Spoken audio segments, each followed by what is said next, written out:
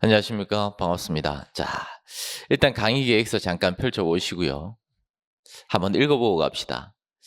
일단 저는 하이브리드 책을 이용해서 지금부터 이제 강의를 진행할 건데, 제가 작년에 하이브리드 강의를 처음 시작했어요. 딱 이 시점에 처음 시작을 했는데, 많은 고민을 가지고 강의를 시작했습니다. 과연 이 강의가 통용이 될까?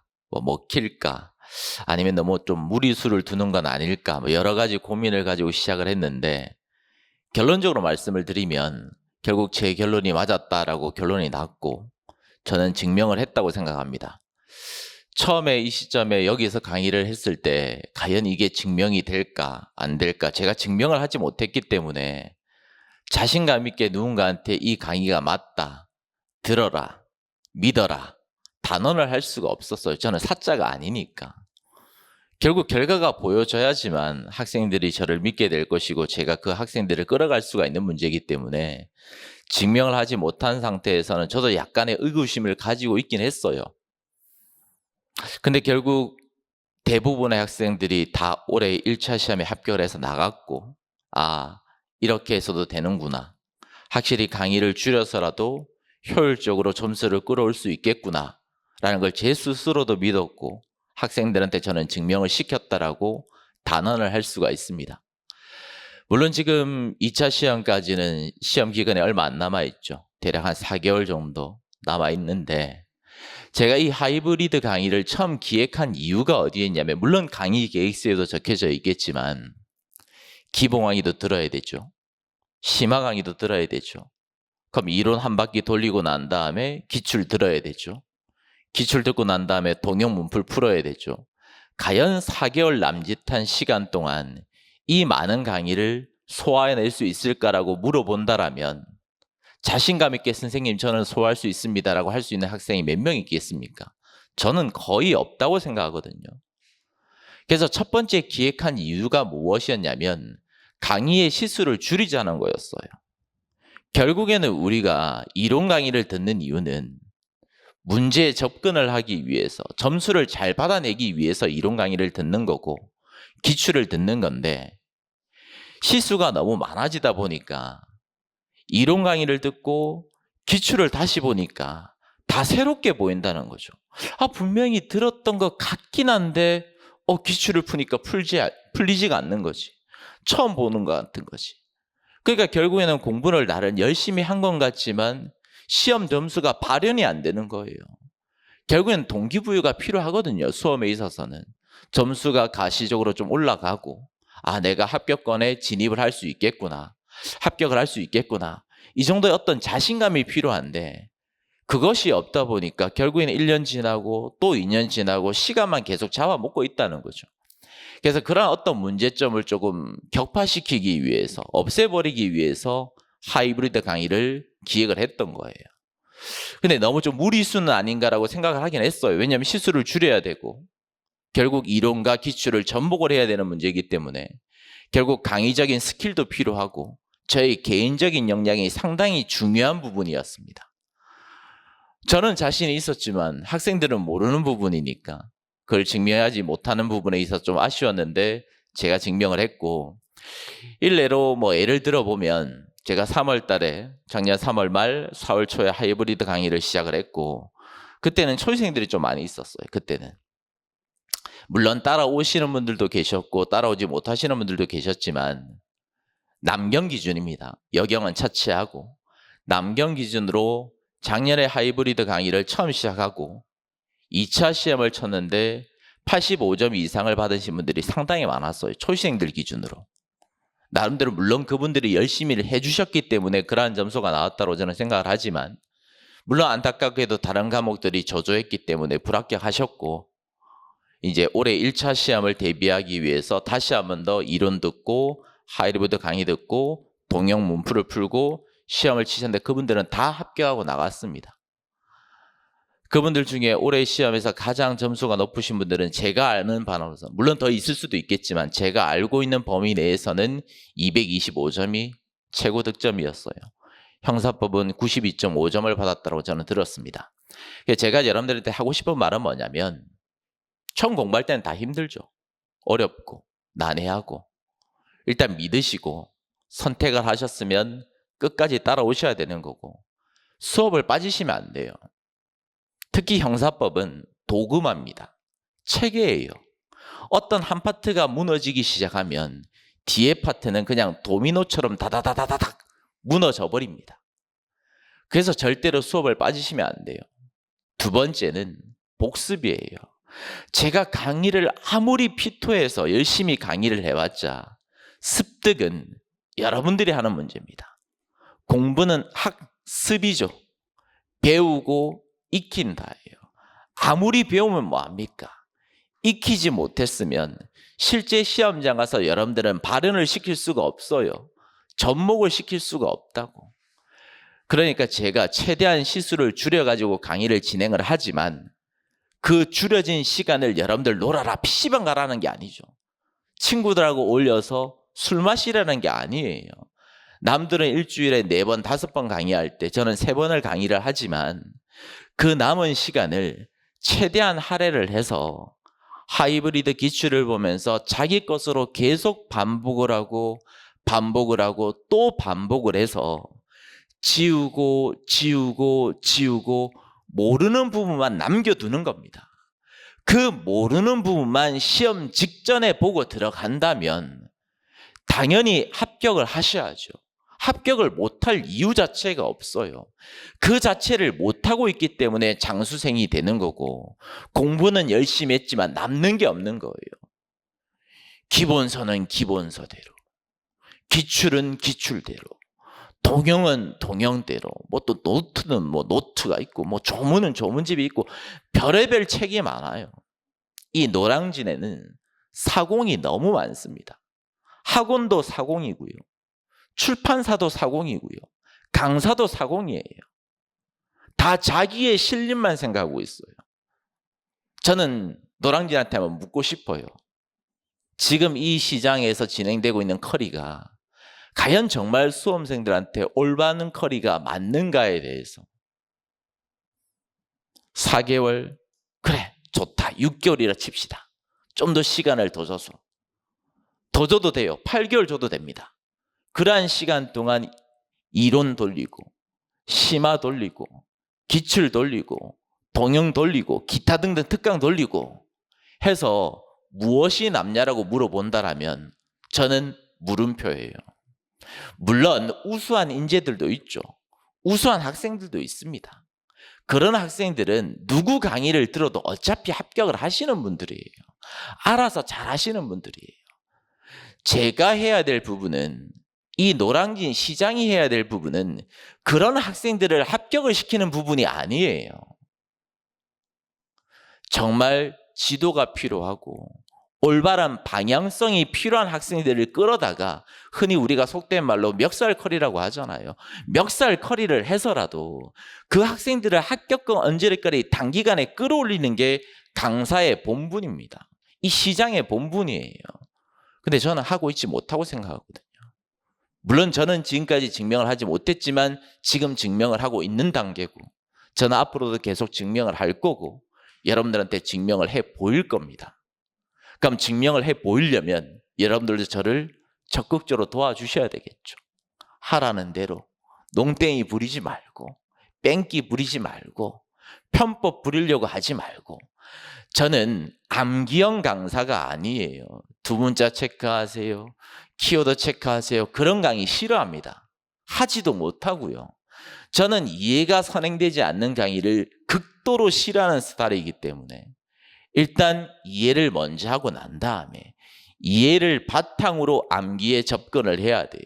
선암기가 되어서는 안 됩니다. 물론 객관식 시험이다 보니까 경우에 따라서는 두 문자가 필요한 경우도 있어요. 경우에 따라서는 키워드가 필요한 경우도 물론 있습니다. 그러한 부분은 키워드를 체크하고 결론을 정리를 하겠지만 기본적으로 이해를 요하는 부분이 있죠. 형사법 전반에 있어서 어려운 파트가 있어요. 이 자리에는 처음 공부하시는 분도 있을 거고 공부를 어느 정도 하신 분들도 계시겠지만, 하신 분들은 당연히 알고 계시겠지만 인강을 들으시는 분들 중에서도 처음 공부하시는 분들이 많을 건데, 처음에 형사법은 어렵습니다. 흔히 이런 이야기를 하죠. 울면서 들어갔다가 웃으면서 나오는 과목이 형법이다, 형사법이다라고 이야기를 합니다. 왜 그러느냐? 앞서서 말씀드렸던 것처럼 형사법은 도그마예요. 처음부터 끝이 연결이 되었을 때, 방점이 찍혔을 때 완성이 되는 학문입니다. 그런데 우리는 이제 1을 공부해요. 10을 모르잖아요. 9를 모르잖아요. 8을 모르잖아요. 연결을 시킬 수가 있겠습니까? 연결을 시킬 수가 없기 때문에 1부터 공부할 때는 상당히 힘든 과목이에요. 근데 참아내셔야 돼요. 참고 10을 방점을 찍는 순간, 이래서 저 인간이, 저 선생이 저런 이야기를 했구나. 이래서 이런 결론이 나오구나가 그때서야 뚫리기 시작합니다. 여러분들 MG니까 쉽게 말하면 세계관이 연결이 돼야 돼요. 하나의 세계관만 가지고는 이 전체 세계를 알 수가 없어요. A라는 세계도 알고 B라는 세계도 알고 C라는 세계를 알고 이 전체 세계가 결합이 되었을 때 형사법이라는 세계가 완성이 됩니다. 초생들 처음에 다 힘듭니다. 버티셔야 돼요. 제 강의뿐만 아니라 그 어떤 강사들의 강의도 처음에는 힘들 수밖에 없어요. 물론 저도 강의를 편안하게 할 수 있습니다. 아주 쉽게 또는 유치하게 할 수도 있어요. 허나 저는 왜 그런 강의를 지향하고 싫어하냐면, 왜 두 문자 C라고 키워드 싫어하냐면 별로 남는 게 없어요. 두 문자 백날 첫날 따보세요. 시험장 가서 두 문자가 막 입체적으로 드러납니까? 눈에 막 보여요? 그렇지 않거든요. 두 문자 체크하다가 시간 다 지나가 버려요. 제가 법원직 강의를 오래 했어요. 경찰 간부 강의를 조금 했었고 경찰 승진 강의는 좀 오래 많이 했었죠. 실제 노량진 시장에서 순경 강의는 한지 얼마 안 됐습니다. 한 지가 얼마 안 됐는데 그래도 경험치라는 게 있죠. 강의를 오래 하다 보면. 많은 학생들을 봤는데 물론 잘하시는 분들도 있고 못하시는 분들도 있지만 못하시는 분들은 그 나름대로의 특징이 있습니다. 공부를 할 때 두 문자만 찾으려고 하세요. 키워드만 찾으려고 하세요. 그래가지고는 한정된 시간 내에 문제를 풀어낼 수가 없어요. 결국에는 회독이 반복이 되고 이 판례의 본질적인 내용을 알고 있었을 때 그 많은 지문들 그리고 그 긴 지문들을 빠르게 대각선으로 읽어 내려가시면서 틀린 부분, 오답 부분을 찾아낼 수가 있어요. 근데 그런 부분이 연습이 되어 있지 않으면 지문을 보고 읽기 시작을 해요. 시험장 가서 그 지문을 한 땀 한 땀 한 땀 읽기 시작하면 그거는 합격할 수 없다는 말이거든요. 시험장 가서 그 지문을 보고 두 문자를 찾고 있다는 말은 합격을 할 수 없다는 말입니다. 그렇기 때문에 지금부터라도 못된 습관을 가지고 계신다면, 잘못된 습관을 가지고 계신다면 재시생들한테 하는 말이에요. 초생들은 어차피 백지니까 그 백지에다가 제가 제 그림을 그리면 됩니다. 근데 재시생들이 문제예요.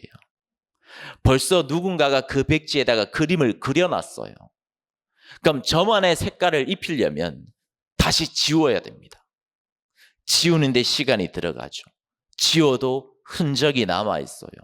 완벽하게 지우기가 쉽지 않습니다. 여러분들의 도움이 필요해요. 혹시라도 예전에 가지고 있던 잘못된 습관, 공부 방법을 가지고 계신다면 자기 스스로 내려두셔야 됩니다. 그래서 제가 강의 계획서에도 적어뒀자면 간절함과 겸손함을 가지고 오셔야 돼요. 특히 재생들은 겸손함입니다. 작년 클래스에도 재생들이 좀 꽤나 있었어요. 물론 거의 대부분 올해 시험에 합격하고 나가셨습니다. 뭐 207점, 210점 제가 들은 바로는 대충 그 정도 점수던데 거의 대부분 남자분들이었고 여자분들은 잘 없어요. 아무래도 비율 자체가 남자분들이 훨씬 많다 보니까.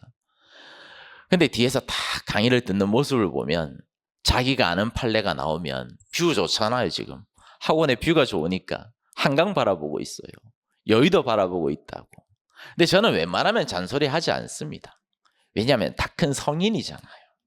알아서 잘 하겠거니 아니까 저렇게 하겠지 라고 그냥 믿고 놔두는 스타일인데 막상 동영모고에 들어갔는데 오히려 초생들보다 재생들 점수가 훨씬 더 낮았어요.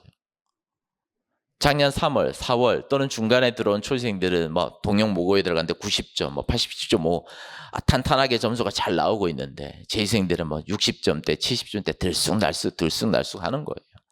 자기가 아는 파트는 잘 알죠. 쉬우니까, 많이 봤으니까. 근데 자기가 못하는 파트는 백날 첫날 공부를 해도 안 돼요. 왜?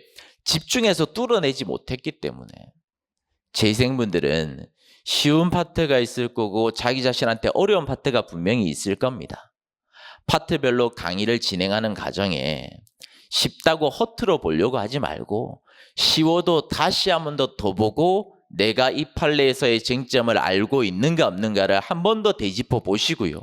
확실하게 내가 안다라고 생각이 되면 지워버리시고 모르는 것들만 남겨두시고 초생들은 애초부터 백지니까 열정을 가지시고 간절함을 가지시고 끝까지 쭉 따라오셔야 됩니다. 중간에 포기하시면 시작하지 아니하면 못해요. 남는 게 전혀 없으니까. 제가 항상 강조하는 부분인데 우리는 청춘을 걸고 이 자리에 앉아 있습니다. 공무원, 뭐 예전에 비해서 인기가 많이 떨어졌다라고 이야기를 하죠. 경쟁률도 많이 떨어진 건 사실이고. 허나 저는 좋은 직업이라고 생각합니다. 그리고 여러분들이 그 좋은 직업을 선택하기 위해서, 얻기 위해서 이 자리에 돈 내고, 시간 내고, 정신적인 열정을 투여를 해서 앉아 있으면 무엇인가를 얻어가야 될 거 아니에요. 거의 대부분 여러분들 돈 아니잖아요. 우리는 등골 브레이크 아닙니까? 하지만 지금은 여러분들 신경 쓰실 필요 없어요. 저도 여러분들 나이 때 살아봤지만 지금은 좀 죄송스럽죠. 학원비 달라 해야 되고 책값 달라 해야 되고 용돈 달라 해야 되고 저도 그런 생각을 해봤습니다. 허나 합격하면 끝이에요. 합격으로 증명해 보이면 아무 문제 없어요. 부모님들이 얼마나 보람차 하시겠습니까? 흐뭇해 하시겠습니까? 여러분들 그 미안함 가지실 필요 없어요. 그걸로 여러분들은 증명을 해 보이시면 됩니다. 아시겠습니까? 지금까지 저는 마음가짐에 대해서 간단하게 잔소리를 했고 이제 본 강의를 좀 진행을 해볼 건데 아직 책이 나오지는 않았습니다. 물론 원고는 제가 출판사에 넘겼는데 출판사에서 언제 편집을 하고 교정이 나오고 그리고 인쇄가 들어가는지는 제가 전체적으로 컨트롤할 수 있는 부분이 아니다 보니까 아마도 다음 주 중에는 책이 나오지 않을까라고 예상을 하는데 일단 책이 나오기 전까지는 책 진도 그대로예요. 책 진도 그대로지만 프린트를 가지고 진행을 할 생각입니다. 자, 그리고 제가 한 장짜리 형법 체계도를 나눠드렸어요.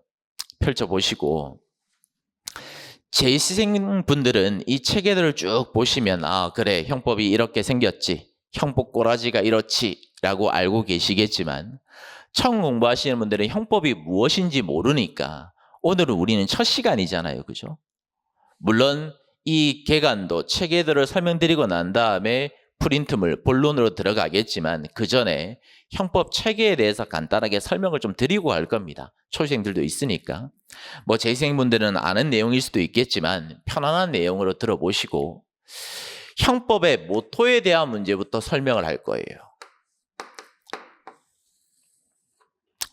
경우에 따라서는 판서노트가 제공이 됩니다. 오늘 첫 시간이고 가장 기본적인 내용이기 때문에 판서노트를 제공하지 않고요. 다음 회차부터 중요한 부분 그리고 어려운 부분, 이해를 요하는 부분은 판서노트가 제공이 될 거니까 굳이 판서를 하실 필요는 없어요. 판서노트를 보시고 그대로 복습을 하시면 됩니다. 과연 형법이라는 법률을 왜 만들었을까? 이 모토에 대한 부분부터 출발할 텐데 이 모토에 대한 부분도 실제로 경찰직 시험에서 출제가 되었죠. 여러분들, 입법자가 형법이라는 법률을 왜 만들었겠습니까? 그 이유부터 출발을 해봅시다. 왜 만들었을까? 만약에 어떤 행위를 하게 되었을 때 어떤 형사 제재를 가한다. 이러한 법률 조항이 없으면 국가 마음대로 사형, 무기징역 또는 뭐 금고, 마음대로 형사 제재를 부과할 수가 있겠죠. 국민의 자유라든지 권리를 보장할 수 있겠습니까? 보장할 수 없다는 거예요. 결국에는 형법을 만든 이유는 국민의 자유라든지 또는 국민이 가지고 있는 권리를 무엇하기 위해서? 보장시켜주기 위해서 형법이라는 것을 만든 거예요. 사람을 살해하게 되었을 때는 처벌하겠다. 사람을 때렸을 때는 처벌하겠다. 다른 사람의 물건을 훔쳤을 때는 처벌하겠다. 이러한 행위를 하게 되었을 때는 처벌하겠다라고 미리 성문화된 법규로서 만들어둠으로써 국민의 자유라든지 권리를 보장시켜주기 위해서 형법이라는 것을 만들어 둔 거고, 두 번째 기능, 두 번째 모토는 뭐냐면 우리는 공동체 생활을 하고 있습니다. 이 공간에서도 다수인들이 같이 공동으로 생활을 해요. 그럼 무엇이 필요하죠? 질서 유지란 게 필요합니다. 질서 유지가 이루어지지 않으면 자기 마음대로 사람을 때려버릴 거고 훔쳐가 버리겠죠. 따라서 공동체 생활을 영위하는 가정에는 무엇이 필요하다? 질서가 필요하다. 질서를 유지시키기 위해서 형법이라는 것을 만드는 것이고, 두 번째, 앞으로 여러분들이 계속 공부하게 될 문제인데, 입법자가 범죄를 만들 때는 항상 보호법이라는 게 있어요. 살인죄를 입법자가 만들었습니다. 무엇을 보호하기 위해서 만들었겠습니까? 생명을 보호하기 위해서 만들었겠죠. 따라서 살인죄의 보호법익은 생명이에요. 입법자가 폭행죄나 상해죄를 만들었습니다. 무엇을 보호하기 위해서 만들었겠습니까? 신체를 보호하기 위해서 만든 거예요. 모든 범죄마다 무엇이 있다? 보호법익이 있어요. 쉽게 말하면 형법에서 보호를 해야 되는 가치가 있는 이익을 보호법익이다라고 이야기합니다. 보호를 해야 되는 가치가 있는 이익. 이러한 보호법익을 보호를 해주기 위해서 형법이라는 것을 만든 거예요. 생명을 보호하기 위해서, 신체를 보호하기 위해서, 타인의 재산권을 보호하기 위해서 형법이란 걸 만든 거죠. 그런데 문제는 이 보장적 기능과 보호적 기능의 관계가 어떻게 될 것인가에 대한 문제입니다. 보장적 기능과 보호적 기능은 상호 비례적인 관계가 아니고요. 상호 반비례적인 관계예요. 예를 들어서 우리나라는 아니지만 모 외국을 보면 지하철에서 노약자한테 자리 양보를 하지 않는 것도 처벌을 합니다. 또는 외국에서는 비둘기한테 밥을 주는 것도 처벌을 합니다. 이렇게 많은 것들을 처벌하게 만들어버리면 법익은 잘 보호해 줄 수 있어요. 하지만 비둘기한테 밥도 못 주고요. 내가 안고 싶어도 안줄 수도 없어요. 자유라든지 권리는 보장해 줄 수가 있습니까? 없습니까? 없겠죠. 제약되는 요소가 많아져 버리니까. 따라서 이 보장적 기능과 보호적 기능은 어떤 관계에 있다라고 이야기한다? 상호 비례적인 관계가 아니라 반비례적인 관계에 있다라고 이야기를 하는 겁니다. 이게 기출 지문인 거고. 나중에 좀 이따가 지문으로서 한번 풀어볼 거니까 잠깐 기다려 보시고요. 계속 가봅시다. 그럼 형법은 어떤 성격을 가지고 있을 것인가에 대한 문제인데, 형법은 크게 두 가지의 성격을 가지고 있어요. 행위규범으로서의 성격도 가지고 있고요.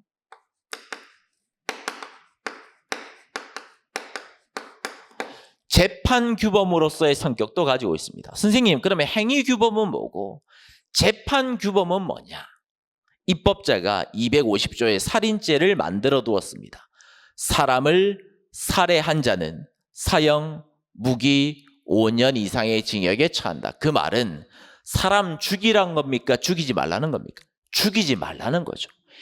행위자한테 일정한 행동을 금지시키는 규범, 행위자한테 이러이러한 것들은 해서는 안 된다는 것을 만들어둔 규범이기 때문에 행위규범이다라고 이야기를 하는 거예요. 그럼 다른 말로 재판규범의 성격도 가지고 있는데, 재판규범은 뭐냐면 법관한테 무조건 이 사람을 유죄다, 처벌한다 이렇게 선고를 내릴 게 아니라 어떤 범주 내에서, 형법의 범주 내에서 이 사람이 과연 사람을 죽였다면 유죄를 선고하고 처벌하고, 정말 이 사람이 다른 사람의 재물을 훔쳤다면 유죄를 선고하고 처벌하고, 법관들한테 형법이라는 규범 범주 내에서 일정한 판단을 내려야 된다는 것을 의미하는 거예요. 그래서 형법은 행위규범으로서의 성격도 가지고 있고 재판규범으로서의 성격도 가지고 있다라고 이야기를 하는 겁니다. 행위규범은 뭐라고? 일반인들한테 이러한 행동을 해서는 안 된다는 것을 말하는 거고, 재판규범이라는 것은 법관들한테 너희들 마음대로 유무죄를 판단할 게 아니라 형법의 범주 내에서 유무죄를 판단해야 된다. 계속 가봅시다. 형법은 총칙 파트가 있고요, 각칙 파트가 있습니다. 흔히 우리가 총론이라고 이야기를 하고 각론이다라고 이야기를 하는데, 그럼 각칙은 뭐고 총칙은 뭐냐? 총칙은 형법 전반에 있어서 공통적으로 적용되는 규칙을 총칙이다라고 이야기합니다. 공통적인 규칙이에요. 각칙은 공통적인 규칙이 아니라 형법 전반에 있어서 개별적인 규칙을 의미합니다. 예를 들어 봅시다. 앞으로 우리가 살인죄도 공부를 할 거고요, 상해죄, 폭행죄도 공부를 할 거고요, 절도죄도 공부를 할 거고요, 횡령, 배임죄 등도 공부를 할 거예요. 그럼 앞으로 우리가 수많은 범죄를 공부할 건데, 그 범죄에 있어서 공통적으로 적용되는 규칙을 뭐라고 한다? 총칙이다라고 이야기를 하는 것이고, 개별적인 범죄마다 필요한 내용을 우리는 뭐라고 이야기한다? 각칙이다라고 이야기를 하는 겁니다. 이 총칙에 대한 논의를 총론이다라고 이야기를 하는 거고, 각칙에 대한 논의를 각론이다라고 이야기를 하는 겁니다. 합쳐서 우리는 형법이다라고 이야기를 하는 거죠. 경찰직 시험에서는 형법 지문이 40문제 중에서 27문제 반이 출제가 돼요. 그냥 편의상 28문제로 하겠습니다. 반올림해서. 그러면 형법 문제가 28문제가 출제가 되면 순경시험에서는 총칙과 각칙의 비율은 큰 의미가 없어요. 거의 반반입니다. 거의 50대 50이에요. 물론 경우에 따라서는 45대 55%의 비율이 되는 경우도 있지만 보통 5대 5의 비율이다라고 생각을 하시고요. 공부를 하시다 보면 어떤 분들은 총칙을 좋아하시고 어떤 분들은 각칙을 좋아하세요. 이것은 성향의 문제입니다. 저는 그렇게 생각을 해요. 개인적인 성향의 문제인데, 총칙 이 부분은 완벽한 이론이에요. 체계입니다. 체계가 완벽하게 이루어져 있으면, 구성이 되어 있으면 문제가 잘 풀려요. 이해가 잘 됩니다. 쉽게 말하면 이해형 공부를 좋아하는 사람들은 총칙을 잘합니다. 이해형 위주의 공부를 특히 좋아하시는 분들. 허나 각칙 부분은 다 개별적인 논의에 대한 문제이기 때문에 거의 대부분 암기성에 대한 문제예요. 물론 최대한 이해를 시켜드리겠지만 결론을 암기하는 부분이 중요한 문제이기 때문에 이해형 공부보다는 암기형 공부를 좋아하시는 분들은 각칙을 더 잘하세요. 근데 우리는 편식을 하면 안 되죠. 둘 다 잘해야 됩니다. 절대로 형법편에서 2개 이상이 나가서는 안 돼요. 특히 여경들은. 남경은 괜찮아요. 아직까지는. 통합되기 전까지는. 물론 통합이 돼버리면 남경은 좀 힘들어질 수 있겠지만 지금까지는 남경은 좀 괜찮아요. 남경은 3-4개 틀려도 됩니다. 물론 척마다 약간 차이는 있겠지만. 근데 저는 고독점을 요하는 입장이기 때문에 여경이 되든 남경이 되든 정말 내가 마음을 좀 넓게 써서 인심을 써더라도 3개 이상 틀리시면 안 돼요. 2개 컷에서 막아주셔야 됩니다. 근데 충분히 막아낼 수 있어요. 올해 1차 시험은 아주 평이하게 출제가 되었죠. 저는 평일을 넘어서 아주 쉽게 되었다고 생각하는 입장이에요. 하이브리드 체계에는 기출 지문과 최신 판례 1개념만 정확하게 씹어 드시면 90점 이상은 무조건입니다. 단언할 수 있어요. 제 이름을 걸고. 그렇기 때문에 형법편에서는 절대 2개 이상이 나가시면 안 됩니다. 물론 출제자가 변별력을 위해서 책에 없는 지문들을 내는 케이스가 있어요. 그건 어차피 틀리라고 내는 문제이기 때문에 그걸 여러분들이 찾고 있으면 안 돼요. 왜? 뒤에 점수를 떠먹여주는 아주 쉬운 지문들이 있는데 이거 잡고 있다가 시간이 밀려가지고 결국 정작 점수를 먹을 수 있는 문제들을 못 풀어버리니까. 그런 치명적인 실수는 절대로 해서는 안 됩니다. 물론 그런 부분들은 나중에 동영 문풀 가서 문제 스킬을 연습하는 과정에 여러분들이 체감을 하시면 돼요. 어찌되었든 노파심에서 간단하게 말씀을 드렸고요. 그래서 총칙, 총론 부분과 각칙, 각론 부분이 있고 이걸 합쳐서 우리는 형법이다라고 이야기를 하고 둘 다 중요한데 대다수의 학생들은 이 총론, 총칙 부분을 훨씬 더 어려워하십니다. 왜냐? 이 각칙, 각론 부분은 결론이 명확하거든요. 사람을 죽였다. 살인죄. 다른 사람 물건 훔쳤네. 절도죄. 결국에는 판례의 입장에 따라서 결론만 정리하면 그만이기 때문에 많이 보면 장땡이에요. 많이 보다 보면 정답이 보여요. 그리고 키워드가 있기 때문에 문제를 맞추기가 상대적으로 편안합니다. 쉬워요. 허나 이 총칙 부분은 오로지 도그마가 이루어지지 않으면, 이해와 체계가 구성이 되어 있지 않으면, 즉 뿌리가 바탕이 되어 있지 않으면 사상 누각입니다. 다 무너져 버려요. 남는 게 없어져 버려요. 그렇기 때문에 공부를 하고 또 했는데 시험 문제에서 변형이 이루어져 버리면 이해가 바탕이 되어 있지 않기 때문에 이 변형된 지문에 여러분들이 탄력적으로 적용을 못하는 거예요. 두 문자 키워드 백날 첫날 따보세요. 안 됩니다. 이해가 안 돼 있으면. 그래서 제가 항상 이해를 강조드리는 거예요. 그래야지만 고득점을 받을 수가 있으니까. 여러분들 순경시험만 합격하고 형사법 공부 안 할 겁니까? 아니잖아요. 승진시험 때 또 해야 되잖아요. 얼마 전에도 물론 얼마 전에 승진시험을 쳤지만 올해는 승진시험을 좀 늦게 쳤죠. 물론 지금 시국인지라 늦게 쳤는데 막 학생들이 나와가지고 선생님 승진시험 언제 치는 줄 알고 있습니까? 날짜 나왔습니까? 막 물어보고 책도 달라고 하는데 피 터지게 공부하세요. 현직들도. 그러면 결국 여러분들이 승진시험에 가서도 편안하게 공부를 하려면 이 총칙 파트가 굳건하게 뿌리를 내리고 있어야 돼요. 이런 부분들이 어차피 암기형이 강한 부분이기 때문에 시간이 지나면 까먹을 수 있습니다. 하지만 다시 보면 또 기억이 나요.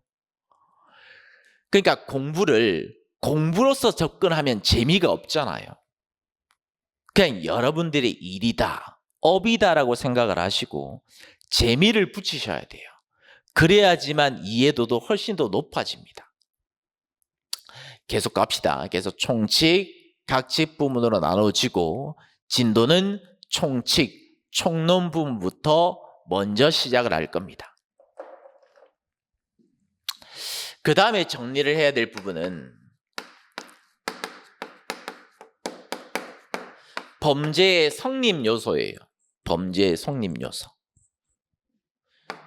형법이란 게 무엇이냐면 어떤 행위를 하게 되면 범죄가 되고 그러한 범죄가 성립이 되었을 때 어떠한 형사제재, 형벌을 부과할 것인가를 공부하는 학문입니다.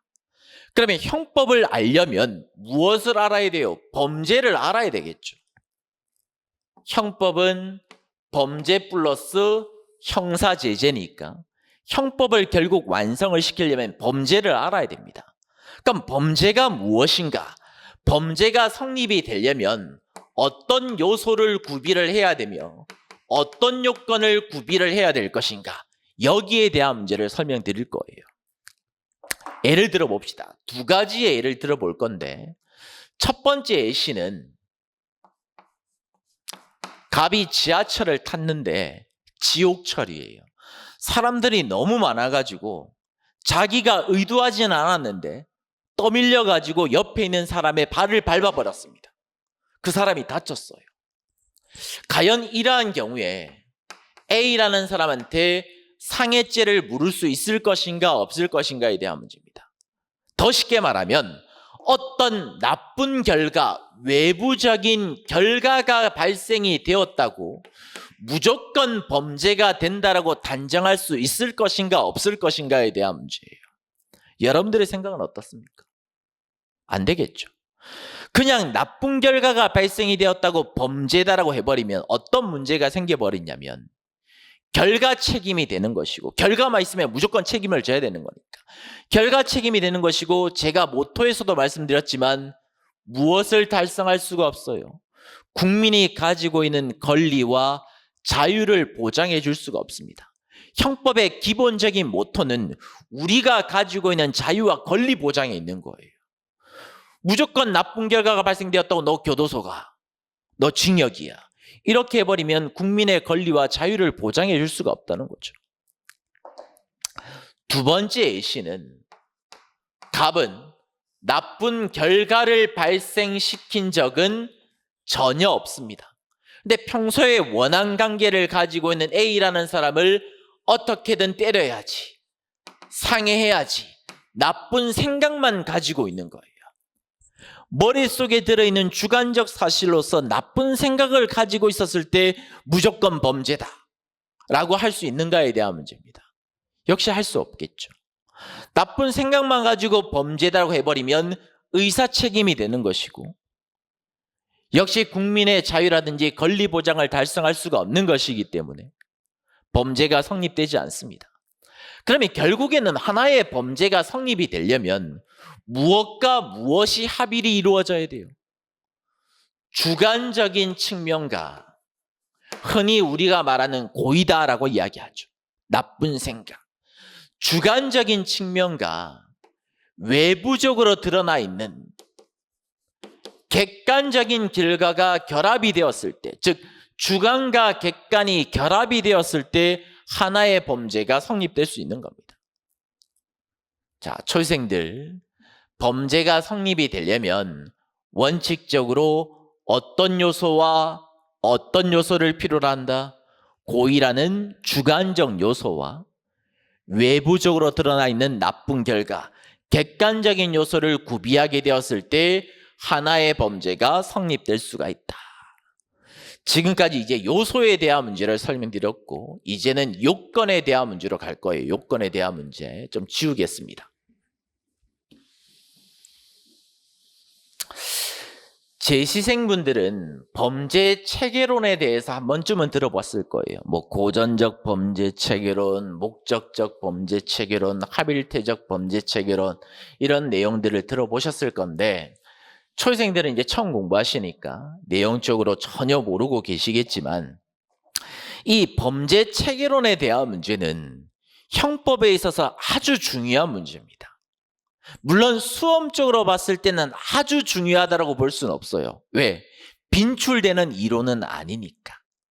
어쩌다 한 번씩 나오는 이론이다 보니까 수험적으로는 엄청 중요하다고 제가 강조드릴 수는 없겠지만, 이 범죄 체계론에 대한 문제를 밑바탕으로 두고 계셔야지만, 이해를 하고 계셔야지만 앞으로 총론 부분에서 공부하게 될 이론이 뚫립니다. 이해가 되기 시작해요. 아, 유레카가 보입니다. 근데 그러한 가정이 없이, 야, 이거 나오면 이거고, 이거 나오면 이거고, 이거 나오면 이거야, 뭐죄라고? 그렇게 공부를 했을 때 시험장 가서 단기간에 점수가 보장될 수 있냐고? 안 돼요.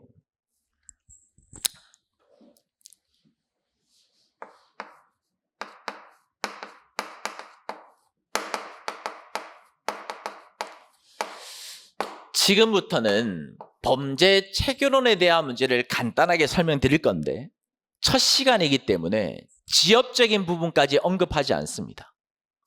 고전적, 목적적, 합일태적 다 설명을 드려버리면 이해가 지금은 안 돼요. 왜? 첫 시간이기 때문에. 뒤에 있는 부분을 모르잖아요, 우리가. 제가 앞서서도 말씀드렸지만 1부터 10이 완성이 되었을 때 형법이 완성이 되는 건데 이제 1 공부하고 있는데 1 공부하기 위해서 8, 9, 10을 다 끌어와 버리면 이해도 안 될 뿐더러 이야기만 과장돼 버리고 장황해져 버리기 때문에 단순화시켜서 설명드릴 거예요. 범죄 체계론에는 고전적 범죄 체계론이 있고, 일단 들어만 보십시오. 나중에 알 거예요. 고전적 범죄 체계론이 있고, 뭐 신고전적 범죄 체계론이 있고, 목적적 범죄 체계론이 있고, 현재 우리나라가 취하고 있는 합일태적 범죄 체계론이라는 게 있습니다. 현재 우리나라는 합일태적 범죄 체계론을 취하고 있는데, 합일태적 범죄 체계론이 무엇이냐면 범죄가 성립이 되기 위해서는 구성요건 해당성도 충족을 해야 되고 아울러서 위법성도 충족을 하고 있어야 되며 마지막 책임까지 구비하게 되었을 때 범죄가 성립된다는 것을 의미하는 건데, 초생들은 이제 구성요건이라는 개념과 구성요건 해당성이라는 개념을 모르시니까 개념을 설명드리고 갈 건데, 구성요건이라는 개념과 구성요건 해당성이라는 개념은 완전 다른 개념이에요. 전혀 별개의 논입니다. 그럼 구성요건은 뭐냐? 구성요건은 쉽게 말하면 여러분들이 알고 있는 법조문이다라고 생각을 하시면 돼요. 살인죄 250조 1항에 뭐라고 되어 있습니까? 사람을 살해한 자라고 되어 있겠죠.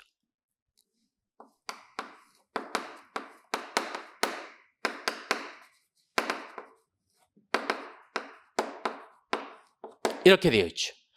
이걸 우리는 쉽게 말해서 법조문, 구성요건이다라고 이야기를 하는 것이고, 구성요건 해당성이라는 말은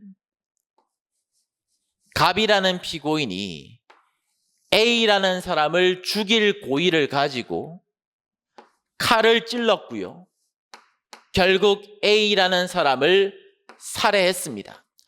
그럼 어떤 사실관계가 있겠죠. 이 사실관계가 이 법조문에 해당이 되면 구성요건 해당성을 충족했다라고 이야기를 하는 겁니다.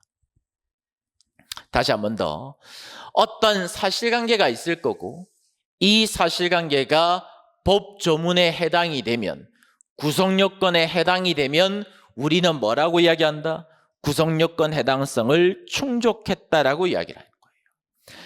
보통 일반인들은 뉴스라든지 신문을 쭉 보시면 댓글창 보시는 적 있죠. 보면 야, 이게 왜 살인죄가 아니야?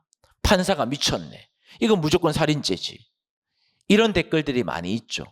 거의 대부분 베스트 댓글이죠. 이 사실관계가 구성요건에 해당이 된다고 무조건 범죄가 될 수는 없습니다. 왜? 우리는 어떤 체계를 취하고 있으니까 3단계 범죄 체계론을 취하고 있기 때문에. 그러면 이 구성요건이라는 것은 입법자가 처음에 만들 때 하라고 만들었겠습니까? 하지 말라고 만들었겠습니까? 하지 말라고 만들었겠죠. 그래서 행위규범이라고 했잖아요. 행위자들한테, 일반인들한테 이러한 행동은 해서는 안 된다는 것을 나타내는 규범이에요. 살인죄 하지 말라는 거죠. 사람 때리지 말라는 거예요. 다른 사람 물건 훔치지 말라는 거예요. 하지 말라고 만들어 둔 겁니다. 즉 무엇인가를 금지시키기 위해서 구성요건을 만들어 둔 거죠. 그런데 갑이라는 사람은 입법자가 하지 말라고 금지시켜 둔 것을 했대. 해당돼 버린대. 그러면 이 사람의 행동은 일단 나쁘다, 위법하다라고 추정이 돼 버리는 거죠. 왜? 입법자가 분명히 하지 말라고 한 건데, 사람 죽이지 말라고 했는데 이 사람은 일단 사람은 죽였잖아요. 그러면 구성요건 해당성이 인정이 되면 무엇이 추정된다? 위법성이 추정된다라고 이야기를 하는 거죠. 분명히 입법자가 하지 말라고 법 조문으로 만들어 둔 건데 일단 갑이란 행위자가 사람을 죽여버렸으니까 일단 나쁘다라고 추정을 해버리는 겁니다. 그러면 일단 위법성까지 통과가 되었고 나쁜 행동이다. 그리고 구성요건 해당성이 인정이 되면 책임까지도 추정이 돼버립니다. 일단 이 부분을 좀 치울게요. 자.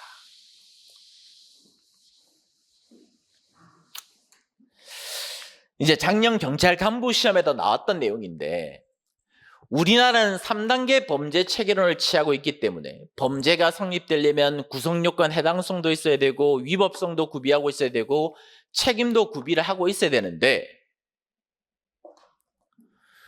구성요건 단계하고 위법성까지의 단계가 있고요. 3단계지만 별도로 책임의 단계가 있는데 3단계를 모두 거쳤을 때 범죄가 되는 건 맞겠지만 구성요건 해당성에 대한 문제하고 위법성에 대한 문제와 책임에 대한 문제는 별개의 논의입니다. 왜 별개의 논의냐면 구성요건과 위법성까지의 논의는 어떤 논의냐면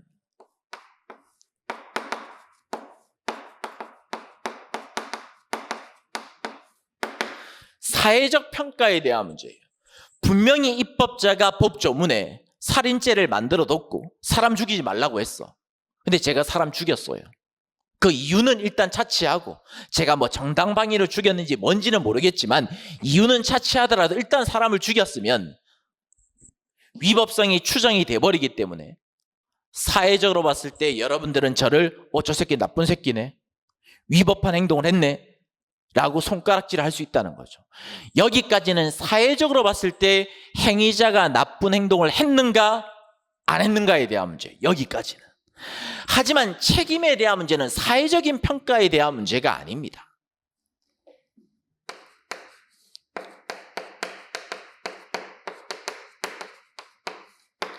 개인적인 평가에 대한 문제예요. 아무리 제가 하지 말라는 행동을 했고 사회적으로 위법한 행동을 한 경우를 알지라도 저는 정신병자예요. 또는 인질범이 저희 부모님을 잡고 있는 상태에서 A 죽이지 않으면 너희 부모님 죽여버리겠대. 강도하지 않으면 너희 부모님 죽여버리겠대. 그래서 제가 어쩔 수 없이 다른 사람 물건 훔쳤고요. 강도했어요. 사회적으로 봤을 때는 당연히 나쁜 행동한 거 맞죠. 하지만 개인적으로 봤을 때는 여러분들이 저한테 손가락질을 할 수 있겠습니까? 없다는 거죠. 거기에 대한 논의를 어디서 공부한다? 책임 파트에서 공부하는 겁니다. 그럼 여기까지만 정리해 봅시다. 범죄가 성립이 되려면 범죄 체계론 중에서도 합일태적 범죄 체계론에 따라서 어떤 행위가 법 조문에도 해당이 돼야 되고 법 조문에 해당이 되면 위법성은 그로써 추정이 돼버릴 것이고 여기까지는 어떤 평가에 대한 문제라고? 사회적 평가에 대한 문제예요. 이 사람이 나쁜 사람이 맞는가 아닌가. 그리고 난 다음에 책임까지 구비를 하게 되었을 때 범죄가 성립된다라고 이야기를 하는데 책임에 대한 문제는 어떤 평가라고? 개인적 평가에 대한 문제예요. 저 사람을 비난할 수 있었을 때 범죄가 성립될 수 있는 겁니다. 아무리 사회적인 평가에 있어서 나쁜 사람이라 할지라도 개인적인 평가 측면에 있어서 비난을 가할 수가 없다면, 손가락질을 할 수 없다면 범죄는 성립될 수가 없어요. 그럼 지울게요. 시간이 벌써 다 됐네. 그러면 일단 첫째 시간은 여기까지만 설명드리고 좀 더 세부적인 내용은 10분 쉬고 다시 하겠습니다. 자.